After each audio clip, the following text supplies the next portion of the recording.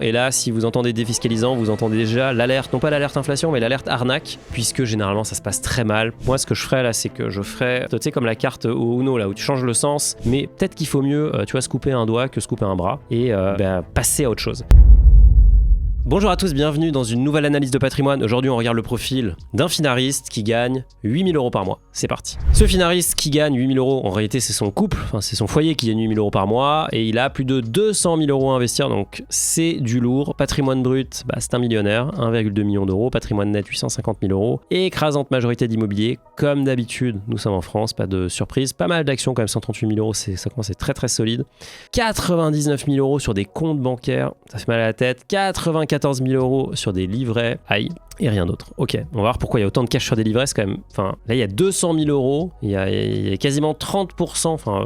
25% de ton patrimoine net qui est sur du cash. Quand même envie de comprendre ce qui se passe. Marié, 43 ans, 2 enfants, salaire 8 000 € net par mois. Mari, 6 800 € net par mois. Femme, 1 200 € net par mois. 200 000 € de liquidité à investir. Et oui, on l'a vu, c'est sur les comptes bancaires et sur les livrets. Déjà, laisser de l'argent sur des comptes bancaires, c'est faire un cadeau à ta banque. Donc ça, c'est vraiment à proscrire à tout prix, sauf si tu aimes ta banque. Dans ce cas-là, je ne peux rien faire pour toi. Et si tu n'aimes pas ta banque, en tout cas si tu ne l'aimes pas particulièrement, si tu t'aimes plus ou tu aimes plus ta famille, mets cet argent au travail et fais-nous plaisir. Surtout en ce moment où il y a des taux d'intérêt quand même sympas. Objectif, financer les études de mes enfants, voyager en famille dans des lieux incroyables, avant qu'ils n'aient plus envie de voyager avec nous dans 7-8 ans, quand vous serez des boomers. Acheter une RS, alors je pense que c'est pas une Audi RS, mais c'est une résidence secondaire que tu décris là. Avoir un complément de revenu à la retraite qui compense ma baisse des revenus. Ok. Tu nous as mis ton cash flow qui est quelque part ici, bam. Cash flow, là on retrouve les salaires hommes, femmes et Pinel. Ça on va regarder ce que c'est. Alors Pinel, c'est un dispositif d'immobilier défiscalisant, et là si vous entendez défiscalisant, vous entendez déjà l'alerte, non pas l'alerte inflation, mais l'alerte arnaque, puisque généralement ça se passe très mal pour les investisseurs, et ça se passe surtout très bien pour les vendeurs, puisqu'ils se prennent des grosses coms dessus. À éviter, mais on va regarder ça dans le détail. Du coup, tu investis 350 € par mois, donc c'est tout petit, c'est vraiment minuscule. Taux d'épargne de 4%, un des plus faibles que j'ai vu sur la chaîne pour l'instant. Ça, c'est assez intéressant, parce que je veux dire, pour faire la démarche de postuler et tout, c'est génial, c'est-à-dire que tu regardes les vidéos, mais pourtant il y a encore un blocage, et donc on va essayer de comprendre d'où vient ce blocage. A priori, tu sais épargner en réalité, parce que tu épargnes sur du cash, mais tu as du mal à passer à l'action. Et je pense que ce mal, je vois beaucoup, c'est la peur de rentrer un peu au pic et de se prendre une énorme baisse, le krach boursier le lendemain de son premier investissement. Donc en tout cas, tu investis 350 € dans des actions, ce qui est très faible. Tu te loges, ce qui coûte 740 €. La vie quotidienne, voilà, je pense que c'est la première fois que je vois un vrai budget de vie quotidienne avec des vrais montants. Là, on voit que les courses, c'est pas donné. La voiture, ça coûte cher. Les vacances, oui, n'oubliez pas les vacances, puisque là, il met 253 € par mois, mais en réalité, il part en vacances 1 ou 2 fois par an. Donc forcément, là, il a juste lissé, il a mensualisé un investissement qu'il fait 1 ou 2 fois dans l'année. Des loisirs, ça coûte forcément très cher quand on est en famille. Pas mal de besoins essentiels et des dépenses pro pour ton boulot. Ok, des abonnements internet, téléphonie, 98 €. Et ensuite, des crédits IMO ou un crédit IMO, je ne sais pas, pour le remboursement peut-être de ta RP, j'imagine, ta résidence principale, et des assurances. Donc c'est un beau cash flow. Je vous rappelle que si vous voulez le même cash flow, ça se passe dans la description. Ou sinon, si vous voulez avoir un cash flow automatisé, vous connectez vos comptes à Finari, on vous fait la même chose en plus beau. Qu'est-ce que tu nous racontes d'autre? PEA contenant des ETF, mais je ne sais pas quel est le montant et comment répartir ce montant. On va regarder ça. FCTO Trade République avec des ETF, très bien. Des comptes sur des livrets, ça on a vu. Remboursement, crédit, RP, résidence principale, fin du crédit dans 12 ans, très bien. Immobilier locatif à Toulouse, loi Pinel, pas très rentable avec un TRI de 2,89% pour l'instant à perte. Sans déconner. Donc là, c'est vraiment cata. Pourquoi t'es à perte d'ailleurs sur ton Pinel? Mais parce que t'achètes de l'immobilier neuf dans un marché où tu vends un bien au prix de l'ancien. Donc forcément, le prix du neuf, il est surcoté de 15 à 20%. Donc un bien immobilier neuf, c'est toujours trop cher par rapport au marché réel, qui est le marché de l'ancien. Or, un bien neuf devient un bien ancien à la seconde où il rentre sur le marché et tu veux le revendre. En plus, le problème du Pinel, il y en a plein, mais c'est que tout le monde revend en bloc parce qu'il y a des avantages fiscaux il y a un avantage fiscal, mais l'avantage fiscal dure 6, 9 ou 12 ans en fonction de ce que tu as choisi. Donc tout le monde revend les mêmes appartements en même temps, donc le marché est inondé, ça fait baisser la qualité, les loyers sont plafonnés. C'est pas un bon investissement. Alors on vous dira qu'il y a des Pinel rentables, certainement, mais c'est très difficile à trouver, alors que des appartements dans l'ancien rentables, il y en a beaucoup plus. Un bon investissement dans l'ancien, c'est rentable. Donc pourquoi prendre le risque de faire du Pinel? Baisser ses impôts, c'est pas la finalité, fiscalité. Votre finalité, c'est de gagner plus et d'optimiser la fiscalité sur ce que vous gagnez. C'est pas de baisser votre fiscalité d'abord. Donc ne baissez pas, ne faites pas d'immobilier défiscalisant, ne faites pas d'investissement défiscalisant. Si quelqu'un vous dit moi j'investis pour baisser mes impôts, vous savez que c'est quelqu'un qui ne comprend pas vraiment l'investissement et c'est pas grave parce que tu vas voir qu'il y a des solutions pour sortir de ce Pinel. Comment mieux investir et atteindre mes objectifs? Eh bien on va regarder ça tout de suite ensemble. On se retrouve sur ton patrimoine, 1,2 million d'euros. On va aller tout de suite dans le vif du sujet puisque moi ce qui m'intéresse c'est pas ta maison en réalité parce que ta maison bah voilà t'es en plus-value 72 000 euros, génial, pas d'impôt sur la plus-value sur la RP donc ça c'est top. L'appartement, donc là on est en moins-value de 44 000 euros donc ça commence quand même à piquer. On est sur un prix au mètre carré qui est plutôt pas mal en réalité, c'est juste que bah voilà t'as surpayé le bien, hein. C'est le problème du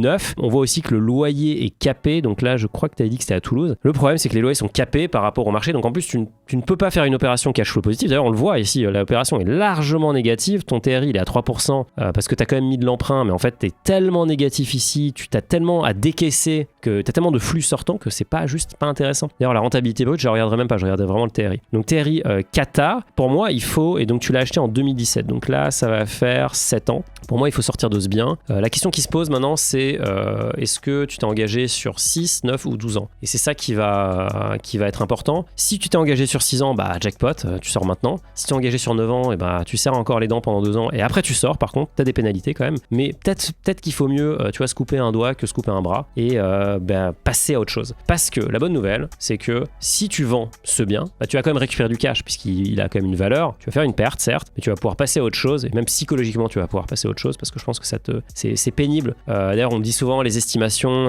elles sont pas assez précises. Je sais que c'est pas agréable d'avoir une estimation qui est très négative lorsqu'on a investi du temps et de l'énergie et surtout de l'argent dans un bien immobilier, mais bon, nous on se base sur de la technologie et on n'invente pas des valeurs. Donc là, peut-être qu'il vaut mieux passer à autre chose et investir dans un PER puisque tu en as un en plus. Est-ce que tu en as un? Non, tu n'en as pas. Il me semblait que tu as un PERCO, tu as un plan d'épargne de retraite collectif, donc ça c'est de l'épargne salariale, mais tu pourrais aussi avoir un PER individuel. Et ce que ça te permettrait, ce serait d'avoir quelque chose qui est assez similaire en fait, puisque tu pourrais défiscaliser les versements. Et donc ça c'est un vrai avantage, surtout si tu n'as jamais versé dans un PER, tu peux aller voir sur ton avis d'imposition, ton dernier, et aller voir vers le bas, il y a indiqué le montant qui t'est alloué, et on stocke en fait cette capacité de versement pendant 3 ans. Il faut savoir que c'est du first in, first out, donc voilà. Bon, c'est un peu technique, peu importe. Regarde sur ta fiche d'imposition et tu verras combien tu peux verser. Et surtout, tu peux verser, tu as un plafond qui est combiné. Donc la première année, généralement, tu peux verser beaucoup et donc beaucoup défiscalisé. L'avantage, c'est que c'est du long terme, donc tu peux mettre des supports extrêmement, on va dire, agressifs ou dynamiques. Donc par exemple des ETF actions, puisque de toute façon, ça ira jusqu'à la retraite. Attention, le capital est bloqué, donc c'est pas non plus la solution magique. Mais si tu as une tranche d'imposition, un taux marginal d'imposition important, ce qui est ton cas, une TMI importante, et que tu es prêt à attendre jusqu'à la retraite pour toucher ces sommes, et bien là c'est super intéressant parce que pendant ta carrière en fait, et bien tu baisses tes impôts. À la fin de ta carrière, ta TMI, tes revenus baissent, donc ta TMI va baisser naturellement, et donc en fait tu ressortiras de l'argent qui aura capitalisé pendant des années à une TMI beaucoup moins élevée, parce que le PER n'est pas magique, ce qui rentre est fiscalisé à la sortie. Donc c'est comme le Panamart Café pour ceux qui connaissent, l'entrée est gratuite, la sortie est payante. Voilà, ça fait partie du jeu, mais c'est quand même intéressant. Donc si votre TMI est très élevée maintenant, en gros au-dessus de 30%, et qu'elle va baisser après. Si vous voulez le détail, je vous mets une vidéo juste ici où j'explique tout un peu plus précisément. Mais moi, c'est ce que je ferais. J'endrais le Pinel, je passerais sur un PER pour vraiment aller chercher l'avantage fiscal, préparer ma retraite, puisqu'en plus c'est ton objectif, et passer à autre chose psychologiquement. Alors là, c'est déjà aussi intéressant parce que je vois que tu as un très gros compte titre, donc 100 000 euros contre un tout petit PEA 5 000 euros. Donc moi, ce que je ferais là, c'est que je ferais la carte, tu sais, comme la carte au Uno, là où tu peux inverser, tu changes le sens, ou tu changes même le deck. Ça, c'est une nouvelle carte. Enfin, tu changes tes cartes avec un adversaire de ton choix. Bah là, je ferais ça, je changerais et je sortirais de l'argent du compte titre. Idéalement, les lignes en moins-value, on va voir si t'en as. Qu'est-ce qu'il y a là-dedans? Ouais, en plus, t'as beaucoup de cash, pas parfait, tu vois. Je pense que t'as mis du cash pour toucher la prime de Trade Republic qui, en gros, paye l'ester. Mais moi, je prendrais tout ce cash et je le mettrais dans ton PEA. Qu'est-ce que tu prends comme support? Bah, écoute, là, ce que t'as du S&P 500, du World et du Big Data Intelligence. Moi, j'aime pas trop les ETF thématique, ça je vous l'ai déjà dit, mais dans ton plan épargne, tu as du World, du S&P 500 et encore du World. Bah clairement, j'enlèverais une des lignes, donc je vendrais celle-là parce qu'elle coûte plus cher et je garderais le iShares qui coûte de mémoire. Alors combien on a de frais là-dessus? Tac, je rappelle que vous avez tous les frais ici. Le iShares, il est à 0,25% alors que le Amundi, il est à 0,38%. Donc je passerai clairement sur le iShares et honnêtement, je mettrais que du MSCI World ou alors que du S&P 500 si tu as vraiment une grosse conviction sur les US, mais je choisirais un des deux. Ça, c'est vraiment la base. Ce qui se passe ici sur le compte titre, eh bien, je ferais pareil, tu vois, je choisirais de l'un ou l'autre, mais je garderais pas les deux parce qu'il y a quand même un overlap assez important. Je rappelle que le MSCI World, c'est plus de 65% d'États-Unis, donc de S&P 500. Donc forcément, c'est pas hyper intéressant, je trouve, d'avoir les deux. D'ailleurs, ici, c'est en inconnu, mais c'est en inconnu parce que c'est du cash. D'ailleurs, du coup, la question qui va se poser, c'est ok, je prends le cash, je le mets sur le PEA, génial, mais quand est-ce que j'investis? Et là, il y a un graphe que j'adore, qui vraiment pour moi résume en fait ce qu'il faut que vous reteniez. C'est si vous ratez les meilleurs jours en bourse, eh bien, en fait, votre performance, elle est pourrie. Donc, si vous ratez, c'est le graphique, comment il se lit? Donc là, la colonne de gauche, ici, là, si vous êtes investi tous les jours entre 1994 et 2023 sur le S&P 500 et que vous avez mis $10 000, vous avez à la fin, vous auriez eu $181 000. Ok, ça c'est la première information. Vous ne faites rien, $181 000. Donc x 18 quand même. Là, vous avez raté, on va dire, vous avez raté les 10 meilleurs jours. Vous baissez votre performance de 54%. Vous ratez les 20 meilleurs jours, 73%. Vous ratez les 30 meilleurs jours, un mois. Un mois en 30 ans, 29 ans. Vous perdez 83% de la performance. Donc c'est catastrophique. C'est vraiment catastrophique. Donc plus vous attendez, plus vous risquez de rater les meilleurs jours. Et donc je me suis amusé à aller regarder les meilleurs jours sur le S&P 500. Et donc là, pas de surprise, hein.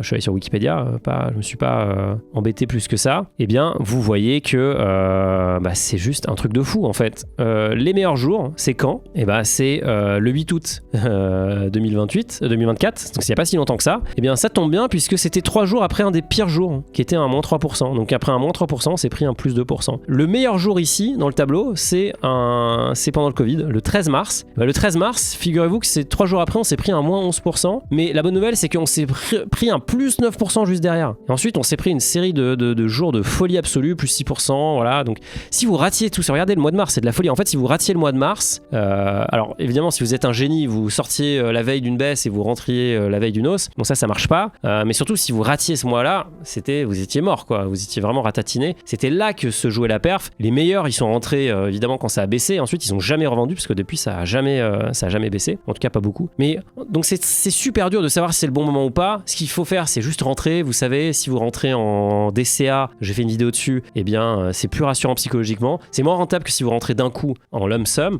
Mais voilà, moi, je pense que c'est mieux de faire du DCA parce que c'est juste psychologiquement plus calme. Et donc, toi, dans ton cas, pourquoi pas prendre cette somme, la diviser par 12 et investir 1/12 tous les mois sur le support de ton choix, histoire de faire ta place dans un marché. Tu as un gros patrimoine. Je pense qu'avoir un PEA si petit, ce n'est pas adapté du tout. Qu'est-ce qu'il y a dans l'assurance vie? Ça, c'est assez marrant parce que c'est un fonds qu'on voit pas beaucoup, le MSCI World Information Technology. Donc, qu'est-ce qu'on a fait?